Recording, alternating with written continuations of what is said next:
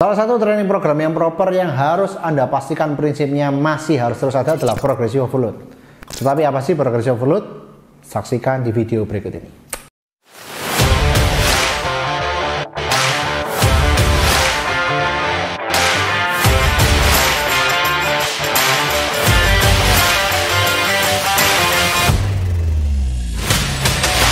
Welcome to the training series.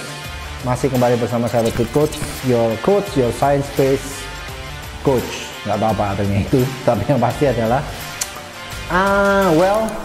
saya membahas salah satu pertanyaan yang paling sering ditanyakan, yang sampai hari ini dibuatnya video ini pun masih ditanyakan adalah, Coach, program trainingku kayak piye? Nah, seperti apa? Ya, saya jadi bingung nih jawabnya gimana, ya kan? Kenapa? Karena memang there is no one size fits all. Saya selalu berulang kali menekankan ini, dan saya tidak akan capek-capek meyakinkan dan menekankan kepada Anda bahwa tidak ada satu plan yang untuk semua. Oke? Proper training program harusnya adalah sesuai dengan individualized, personalized, based into your context, your goals, and your preference. Nah, jadi saya tidak akan pernah memberikan training program yang kasarannya memang kayak orang-orang kebanyakan namanya, oh lakukan ini, oke semangat. Kok jadi saya nyindir satu orang yang saya kenal di pikiran saya. Kenapa? Karena itu terlalu universal. Maksudnya begini, jadi kayak do 3 sets 10 to 10 reps, atau 1 minute of this, 1 minute of that, 1 menit ini, 1 menit itu, 3 set, 4 set lakukan ini. Well, setiap orang memiliki respon training yang berbeda, tetapi yang pasti kita harus pahami dan tidak pernah berubah adalah prinsip dari training itu sendiri. Nah, saya membahas kepada Anda untuk kali ini tentang yang namanya progressive overload. Merupakan salah satu prinsip, namanya prinsip tidak akan pernah berubah, kan? Nah, progressive overload sendiri secara sederhananya maksudnya apa? Maksudnya adalah do more work each time. Nah, kenapa menjadi penting? Karena tubuh kita ini selalu beradaptasi, suka dengan namanya dengan homeostatic balance, menyamai sebuah balance, butuh disruption berupa apa? Stimulus stres dari apa? Dari training.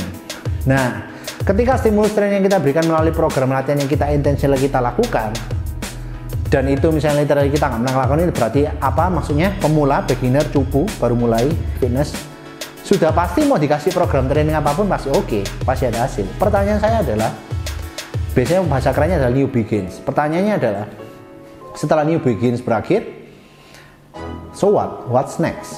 Sekarang gimana nih? Ya kan? Ini adalah pertanyaan yang menurut saya selama ini mungkin jarang dibahas. Jadi gini, ada saya menemukan ada 7 cara untuk memang pengaplikasian progressive overload dari waktu ke waktu, ya kan?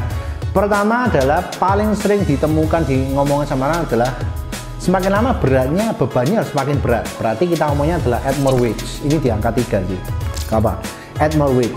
Jadi beban yang dipakai berat. Contohnya apa? Maksudnya kayak minggu ini Anda pakai 8 kilo, minggu depan atau bulan depannya Anda bisa pakai 10 kilo. Ada peningkatan dari beban yang dipakai. Berarti ada pengaplikasian progressive overload. Oke, itu yang paling populer ya. Tetapi tidak mungkin kalau kita ini setiap minggu, setiap bulan kita naik beban terus, nggak masuk akal. Contoh misalnya Anda start dengan bicep curl 2,5 kilo each, in the end of the year kalau setiap minggu naik Anda akan ngangkat dengan 22,5 kilo atau 25 kilo.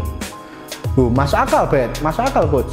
Mungkin, tapi bagi banyak orang, mayoritas tidak akan pernah sampai ke sana. Oke? Nah, yang kedua adalah add more reps. Repetisinya ditambahkan. Maksudnya apa? Misalnya ngangkatnya minggu ini range-nya di 8 sampai 10 repetisi. Oke, aku ngangkat dengan 10 kilo tadi, aku bisa dapat 8 repetisi. The next week, minggu depannya dengan beban yang sama 10 kilo, ngangkat yang sama, aku bisa dapat 10 repetisi. Ada kenaikan 20%. Dari 8 ke 10 repetisi. Means berarti ada pengaplikasian progressive overload. Atau dengan cara lain lagi, Anda bisa mendapatkan total sets. Misalnya minggu ini Anda ngangkat dengan 10 kilo tadi 2 sets, dan minggu depan Anda menambahkan additional 1 sets, berarti 3 sets. Dari 2 set menjadi 3 set dengan beban yang sama 10 kilo. Berarti ada peningkatan dari progressive overload. Atau Anda juga bisa add more volume. Volume itu singkatan dari sets kali reps kali load. Semakin tinggi volumenya, itu biasanya akan semakin bagus untuk muscle growth. Tetapi setiap orang memiliki namanya genetic potential.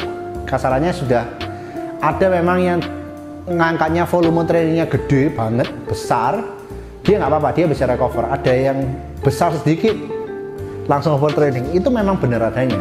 That's why juga penting untuk kita pahami how much is too much. Nah, ini video saya ini sangat correlated banget dengan video saya yang saya buat mengenai tentang RPI. Please see that training series itu juga supaya Anda mendapatkan pemahaman yang full tentang bagaimana how to implement proper training program intensitas, load, dan effort, ya kan? Kemudian the next step adalah nomor 5, Anda bisa add more exercise, menambahkan exercise. Contoh bicep curl, dan Anda menambahkan hammer curl. Berarti adanya penambahan volume juga. Berarti Anda juga pengaplikasian progressive overload juga. Oke? Okay? 6, paling ada lagi juga adalah add training frequency. Jadi penambahan total frekuensi latihan Anda dalam waktu seminggu. Misalnya Anda latihan seminggu 3 kali, dan kemudian Anda meningkatkan frekuensi latihan Anda menjadi 4 kali seminggu. Adanya peningkatan frekuensi berarti Anda sudah juga masuk ke dalam progressive overload. The last one, Anda juga bisa menambahkan density. Apa maksudnya density? Ada 3 variabel. Pertama adalah doing the same work in less time. Jadi misalnya ada program latihan nih, misalnya ada 4 latihan, 3 sets, 8-12 repetisi. Anda butuh waktu 45 menit untuk menyelesaikan semua.